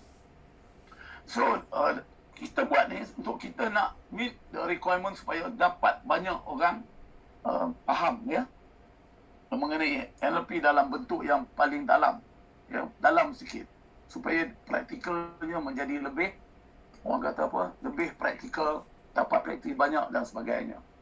So, ini program ni ya akan berjalan dalam bulan Mac, ya, dalam bulan Mac. Dan kalau kita tengok di sini, saya nak tunjuk sikit sebab saya kena keluar balik benda ni. Ya, saya kena keluar balik untuk saya tunjuk ini dia punya, orang kata leceh dia. Ini kalau saya pakai tekan-tekan je dia tak jadi. Sekejap, saya cuba tengok. Hopefully dia jalan. Okey. Jadi ini dia, program ni adalah 6 hari campur 2 hari. 2 hari itu 7 kali, 2 jam tu 7 kali 2 kali. Ya. Lebih kurang dalam 2 hari lah. Ya. Dan ini yang kita buat dalam live class. Ya. Kita buat dalam live class. Ini kita covernya, kita cover. Ini sebahagian daripadanya. Ya. Yang kunci, ibu yang kunci. Ya. Lepas tu dalam Zoom class, ini dia. Zoom, kita cover dalam Zoom. Dan di samping tu, saya dapatkan Shelley untuk share communication tool, lab profile, meta program. Shelley, dia mungkin berada di Mexico ataupun berada di Jerman. Untuk dia masuk dalam 4-5 jam, ni line di hotel bagus. Dan ini kawan saya, Tarik, saya sama-sama dengan Tarik dalam ISNS. Ya, Tarik banyak buat coaching di Egypt. Tarik, ya, top trainer di Egypt. Dan lagi seorang gambar yang saya tak ada, nama dia Wilson Chan. Iaitu master trainer, orang yang pertama bawa NLP masuk ke China 20 tahun dulu. Ya. Ini dalam program kita lah. Ya. Dan apa yang kita nak buat, ini dia yang anda akan perolehi. Ya. Secara praktikal, mengendalikan diri, memahami orang, meletakkan diri dalam trans, membina matlamat sempurna, ya. Lepas itu membina strategi, ya. Garis masuk matlamat, mengubah tabiat, twist pattern dan sebagainya lah. Membantu merawat fobia. Ya, ini anda boleh buat. Kalau tak boleh buat, mana tak praktis lah. Kalau praktis senang sangat. Ayat hipnotik, ya, dalam komunikasi. Jangan pergi manipulate orang, sudah lah. Ya, menipu orang sudah, itu je. Meleraikan konflik, ya, memodelkan kelakuan idola anda. Ini semua yang benda yang kita buat. Zul kuasa, mengubah kelakuan, ya, mengubah pemikiran, membina repo, melaksanakan perubahan diri dan sebagainya. Jadi ini yuran biasa kita, dan di Malaysia pun yuran dia antara 4,500 ke 6,000 macam tu. Ya, kita punya 4,580. Ini ikut market price ya. Tapi itu 6 hari dulu ni 4,580. Tapi kita dah bagi 8 sekarang. Kalau ikut early bird 3,780. Jadi bulan 1 hari bulan 12 price akan naik 3,780. 3,780. Ya. Dan untuk sekarang ni sampai lagi dalam 38 hari lagi ya. 36 hari lagi sampai bulan November price kita bagi 2,980. Dan jadi saya juga di sini ya nak ucapkan terima kasih pada semua rakan-rakan yang tolong saya, promotor yang tolong kita ya. Sebenarnya kalau nak masuk, cuba cakap dengan promotor. Kita di akademi boleh kata seat dah tak ada dah. Dan saya serius benda ni. Ya. Saya serius. Semua file dah dibuka untuk kawan-kawan yang promotor tolong tadi. Ya. So we expect this program. Saya rasa dalam bulan 12 dah tak ada tempat dah. Jadi saya cakap awal-awal tak. Dan saya boleh tunjuk data kepada anda. Ya. Memang tempat dah tak ada. Ya. Ada yang dah dapat, ada satu tim dah sampai 30 orang. Ya. Ada satu tim dah ambil dah 30 seat. Ya. So because kita rely pada rakan-rakan promoter. Ya. So siapa juga yang introduce anda pada malam ni, go back to them. Tak tahu sama ada dia orang ada seat lagi, saya tak ada, saya tak tahu. Okey. Itu dia lah. Majid, ya. Majid? Okey, Ji. Ya. Ada soalan lain lagi? Kalau ni, sikit lagi. Sikit lagi kalau Haji nak ambil. Ya. Okey, saya tengok balik. Okey, Tuan Haji, dalam NLP, ada tak cara bagaimana nak membaca minda seseorang itu? Sekiranya dia tidak boleh beri kerjasama bila kita bertanya dalam kaunter membuang filter, dalam konteks membuang filter yang karut. Saya tak nak kata membaca minda. Baca minda ni, kita selalu baca minda orang. Tapi when you ask a few question dan dia cakap, maknanya dia dah boleh baca minda ni. Ayat-ayat yang dia cakap itu adalah ayat-ayat yang menjadi rahsia diri dia sebenarnya. Jadi kalau tak nak bagi rahsia kita pada orang, jangan bercakap lah. Itu saja saya nak cakap. Gimana pun duduk diam je jadi bisu. Itu pun kalau kita angkat tangan pun orang boleh agak. Kita ni siapa ni?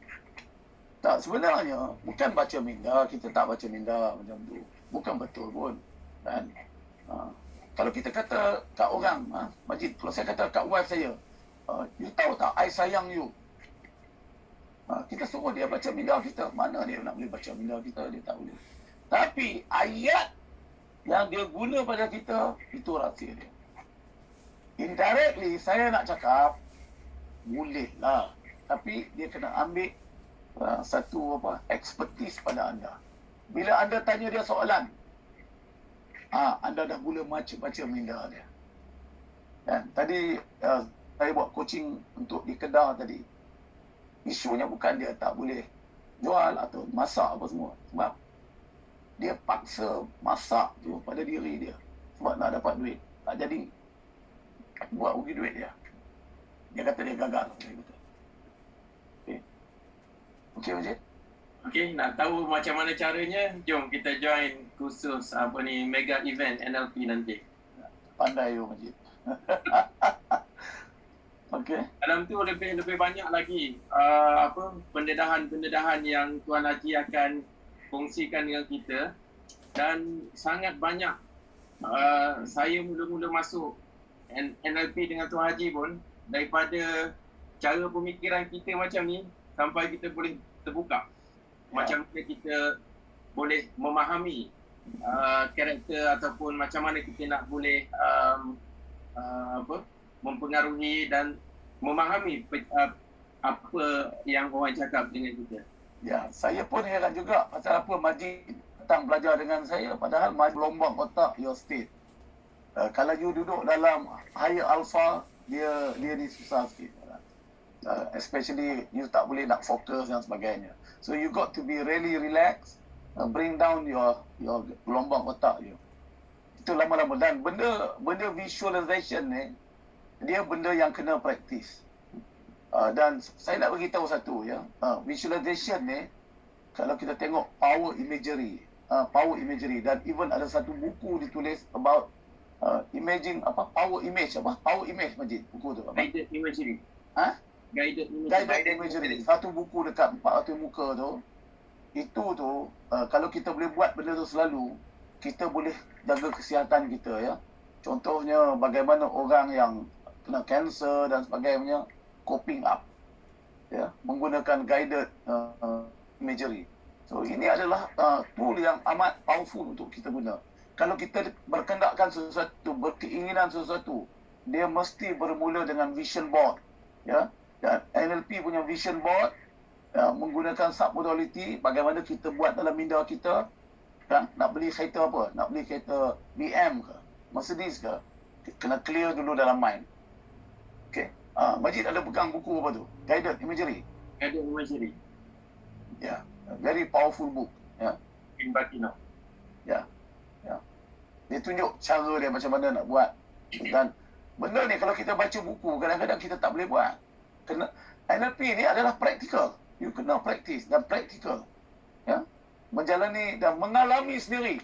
Mengalami sendiri. Saya tak nak cerita Napoleon Bonaparte dekat sini. Saya tak nak cerita. Sebab dia kena mengalami sendiri. Okey, Haji? Okey, Haji. Okey. The only book yang ada dalam bahasa Melayu adalah NLP Science yang saya tulis pada 2009. Itu buku teks NLP. Saya rasa ini adalah antara preview yang terakhir saya buat. Minggu depan tak ada preview. Lepas tu kita tengoklah kalau ada permintaan. Dan saudara-saudari, NLP ni ya, belajar NLP ni bukanlah kerana pensijilan ya. Belum ingat tu. Bukan kerana pensijilan, bukan kerana Akademi NLP tak. Saya garanti kalau you pergi tiap game pun ya, you pergi mana pun NLP you ke Richard Bandler, dia akan terima you untuk master. Saya garanti. Tapi kita belajar NLP untuk diri kita, supaya kita dapat apply untuk diri kita, supaya kita dapat tingkatkan keupayaan daya pemikiran kita, kita dapat capai apa yang kita nak, ya. Kita faham diri kita, kita faham orang yang duduk di keliling kita, yang kita sayang, kita dapat bantu dia, bantu anak kita, bantu family kita. Kalau kita ada staff, ya, kita bekerja sebagai penyelia, pengurus, kita ada staff, so we can help them to propel themselves up. Sebab kita mula faham dia orang. Dan tentunya NLP adalah satu alat komunikasi. Tak ada alat komunikasi yang lebih canggih daripada NLP. Itu saya boleh kata, kalau adalah lebih hebat daripada NLP, jumpa saya. Saya boleh bagi anda free untuk datang kelas. Sebab memang tak ada. Sebab ini kita mengenali bagaimana penapisan kita, persepsi kita berlaku, bagaimana map kita berlaku, ya, antara orang yang merudum dengan orang yang tak merudum sama saja, tetapi map dia mencerap benda yang berbeza, penapis dia operate benda yang berbeza, ya. Dan benda ni duduk dalam linguistik, ya. Kita akan mula faham kenapa orang buat pengerotan, kenapa ada mind reading, kenapa orang buat andaian, kenapa ada nominalisasi, kenapa perkataan mesti boleh digunakan atau tidak boleh digunakan, boleh tu bagus ataupun tak bagus, kenapa perkataan semua tidak membantu kita. Semua orang benci saya, itu tidak membantu kita. Mungkin kalau semua orang sayang saya, mungkin bantu you. Tapi kalau semua orang bantu saya, benci saya, itu merudumkan kita. Bagaimana kita nak ubah dia punya mentality. Jadi the power of linguistic, ya.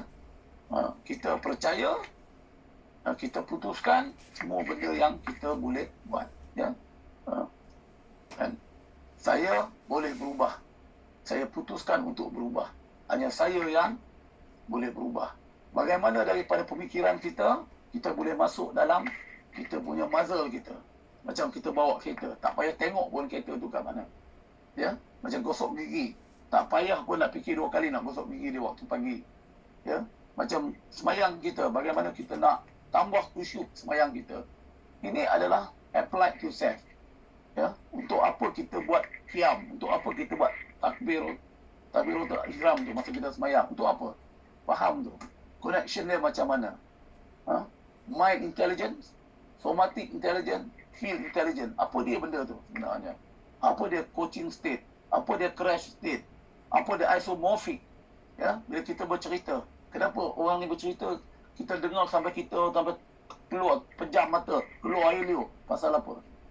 Ya, apa yang menyebabkan orang terkerap dengan kita bila kita bercakap? Ini semua adalah skill-skill dalam NLP. Maknanya NLP adalah bagaimana kita mengubah, bukan mengubah lagu, tapi mengubah pemikiran manusia. It's not about the sijil. Bila saya tahu NLP, sijil tu jadi secondary. Ya, so because tak ada sijil pun tak apa. Tapi apa yang pentingnya kehidupan kita jadi lebih baik. Jadi berapa yang kita nak nilai dari segi duit kalau kehidupan kita yang jadi baik? Ha? Bagaimana kalau orang yang jadi kereku, ya, kita hilang dan sebab kita tak faham, ya, budak-budak jadi crazy, mind jadi tak betul dan sebagainya, ya. Bayangkan kalau anak tuan-tuan dan perempuan, ya, anak tuan-tuan dan perempuan yang ada kat sini, datuk-datuk, ya, mula kelar diri, ya, ambil pisau dulu, potong tangan 3-4 kali. What is the money to you anymore? Ya, tak tahu sama ada Dr. Askia ada tak kat sini, tapi saya tahu Datuk Ruzati. Ini kami tengok sendiri. Ya, bagaimana kita boleh bantu dia orang supaya dapat balik landasan kehidupan dia. Ini semua saya rasa yang penting kepada kaunselor. Ya, bagaimana anda boleh shortcut kalau anda buat counselling, shortcut the counselling. Saya amat admire, sorry to say, amat admire Datuk Ruzati, Datuk Ros kat sini. Umur dah 60 tahun, baru tahu NLP tu macam mana. Dan selalu dia orang kata, kalaulah kami tahu daripada awal, alangkah baiknya. Tak apa, it's never too late. Ya? Never too late. Mungkin Datuk Ruzati ada kat sini? Ke nak say a few word? Datuk Ros? Datuk. Datuk Ruzati ni dulu pengarah kaunseling Jabatan Perkhidmatan Awam. Datuk Roslina adalah mantan timbalan Ketua Pengarah Perkhidmatan Awam. Ini bukan orang kecil, ya, orang besar. Ya. Saya admire dia orang, ya. Dia really learn dari kelas ke kelas dan sebagainya. Mungkin Datuk Ruzati kalau nak say something. Assalamualaikum Tuan Haji, Assalamualaikum semua. Setelah bersara tu, saya merasakan saya nak sambung apa yang saya buat, psikologi dan kaunseling. Dan bila saya ikuti NLP ni saya dah lama tahu daripada 2010. Tetapi being in the force tu memanglah nak concentrate tu memang susah sikit lah. Tapi bila saya retire, saya memang menceburkan diri dalam NLP dan saya merasakan bahawa saya memang boleh apply teknik-teknik NLP ni dalam kerja-kerja kaunseling, kerja-kerja psikologi yang saya buat. Jadi itu sebabnya saya pun tarik kawan saya tu, Datuk Roslina pula minat lah psikologi. So kami bersama-sama lah memahirkan diri kami lebih lagi dalam bidang NLP ni. Dan kebetulan ni saya ni duduk kat Shalam, jadi dekat dengan Akademi NLP. Jadi anytime ada kes-kes apa ke panggil, Datuk nak join? Oh definitely, saya pun berlari. Jadi saya merasakan, saya witness sendirilah bagaimana Haji apply teknik-teknik NLP, bagaimana student yang dah tak ada harapan untuk nak hidup, ya, telah pulih seperti sedia kala. Dr. Askia pun ada kat sini kan, boleh clarify, boleh validate lah apa kita katakan. Dan seorang isteri yang dah lama menderita, bagaimana dia membuang perasaan yang telah lama terbuku. Jadi bila kita membantu insan-insan yang begini, saya merasakan bahawa something that I wanted to do for a long time, membantu orang buat kerja tu sendiri. All the while saya hanya berada di position yang tidak memungkinkan saya untuk turun padang. Jadi apabila tuan-tuan perempuan dah ada minat untuk NLP tu, this is the time. Gunakan peluang ini untuk mengikuti kursus NLP ini, kerana penerangan daripada Tuan Haji Taib malam ni pun sangat fantastik. Saya pasti semua faham apa itu NLP dan saya pasti semua akan berminat untuk mengikutinya. Basic practitioner pada March ini sikit sahaja.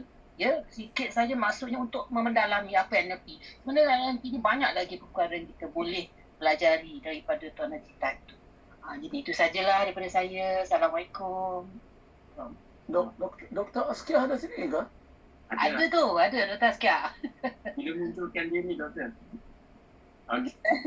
Assalamualaikum dan salam sejahtera semua. Saya Dr. Askia daripada UPM. Saya pengalaman saya dengan NLP ni sebab sebelum ni sebab sebagai lecturer kita berhadapan dengan pelbagai jenis pelajar. Jadi saya ni sering diberi pelajar-pelajar yang low mood.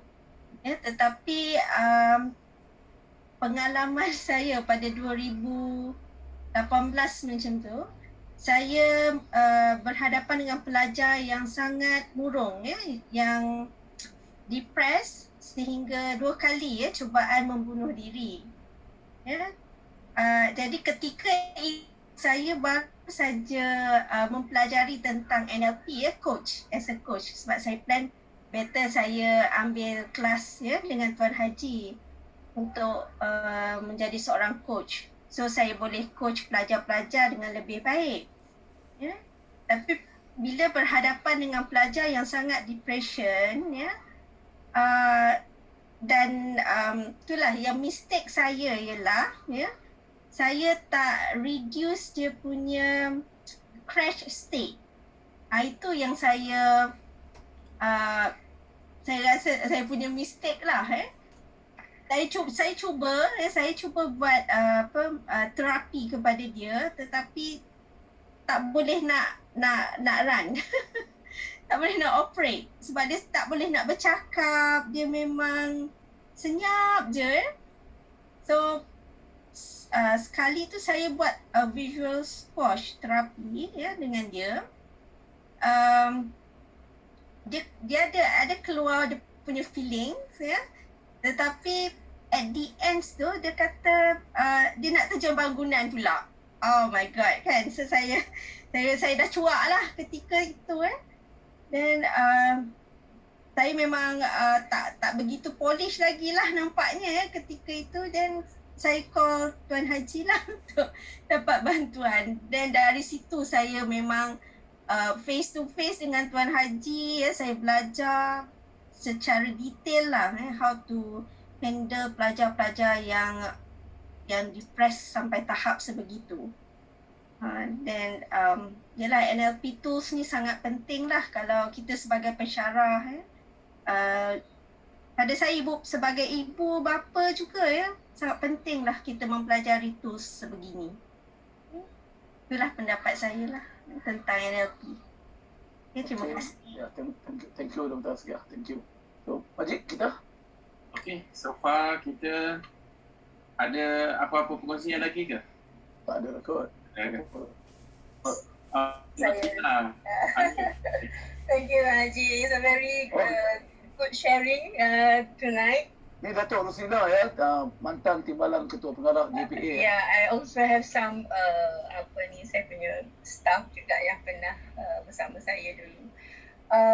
Personally, memang macam Haji mention lah, dah lepas 60 tahun dah bersara, then you realize there's a new skill that you should enhance before, masa tu kita boleh apply better lah in terms of giving the best dalam public service. But pada saya selalu menganggapkan bahawa pembelajaran ni tak pernah stop. We need to enhance our skill, our knowledge for life lah sampai ke bila-bila lah. Because pembelajaran sepanjang hayat ni sangat penting bagi kita to improve ourselves and also our family dan juga mereka yang memerlukannya. Saya also have to thank my friend Datuk Yati for introducing this NLP to me. Memang psychology is part of perkara yang memang jadi minat saya, because masa di JPA dulu saya handle quite a number of bahagian modal insan. So we deal with student with deal with parents dan juga public service as a whole. Dan banyak perkara-perkara yang seperti inilah yang saya rasa NLP can really help.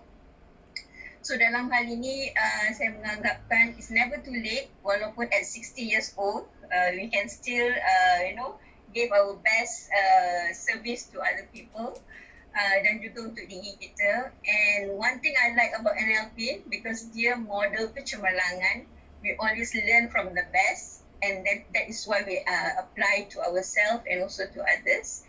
Dan saya rasa seeloknya everyone know this knowledge and this skill for the betterment of ourselves lah. Itu saja Haji, saya punya sharing. Then I hope those yang datang bersama malam ini, please join the mega event. Tolong Haji to promote. Okay, thank you Haji. Okay, thank you. Saya bagi Majid lah. Majid, okay. Okay. Saya nampak tadi Ustaz Syauqi ada share tentang NLP dalam hafazan. Mana dia Ustaz Syauqi? Tapi boleh bagi sharing sikit?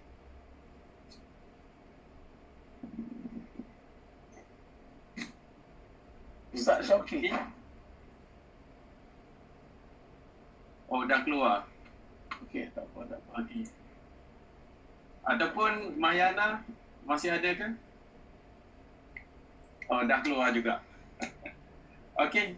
So, terima kasih banyak-banyak Tuan Haji atas perkongsian yang Tuan Haji berikan pada malam ini. Sangat-sangat bermanfaat untuk kita semua. Tak kisahlah kita ni bekerja sebagai apa, bertindak sebagai apa, kita sebagai ibu bapa ke, sebagai anak ke, ataupun sebagai bos ke, sebagai anak buah ke. So, NLP boleh membantu kita dalam membentuk ataupun membentuk diri kita untuk menjadi lebih baik dan memodelkan kecemerlangan. Dan saya tertarik dengan Haji sebut sebelum ni, kita nak berjaya, kita ada strategi. Kita nak happy, kita ada strategi. Dan kalau kita nak sedih pun kita ada strategi. Kita nak miskin pun kita ada strategi. Semua benda perkara yang kita nak semua ada strategi. Okey, cuma macam mana strategi tu NLP boleh tunjukkan macam mana nak jadi. Nak jadi baik, nak jadi tak baik, kita boleh elicitkan macam mana cara orang itu beroperasi. Okey, so far terima kasih pada semua. Setakat ni yang saya rekod pada malam ini, pada jam 9.52 malam, kita ada 240 orang peserta pada malam ini. Dan sehingga kini kita masih ada 151 orang. Dan terima kasih semua pada Tuan Haji, pada Datuk-Datuk dan tuan-tuan dan puan-puan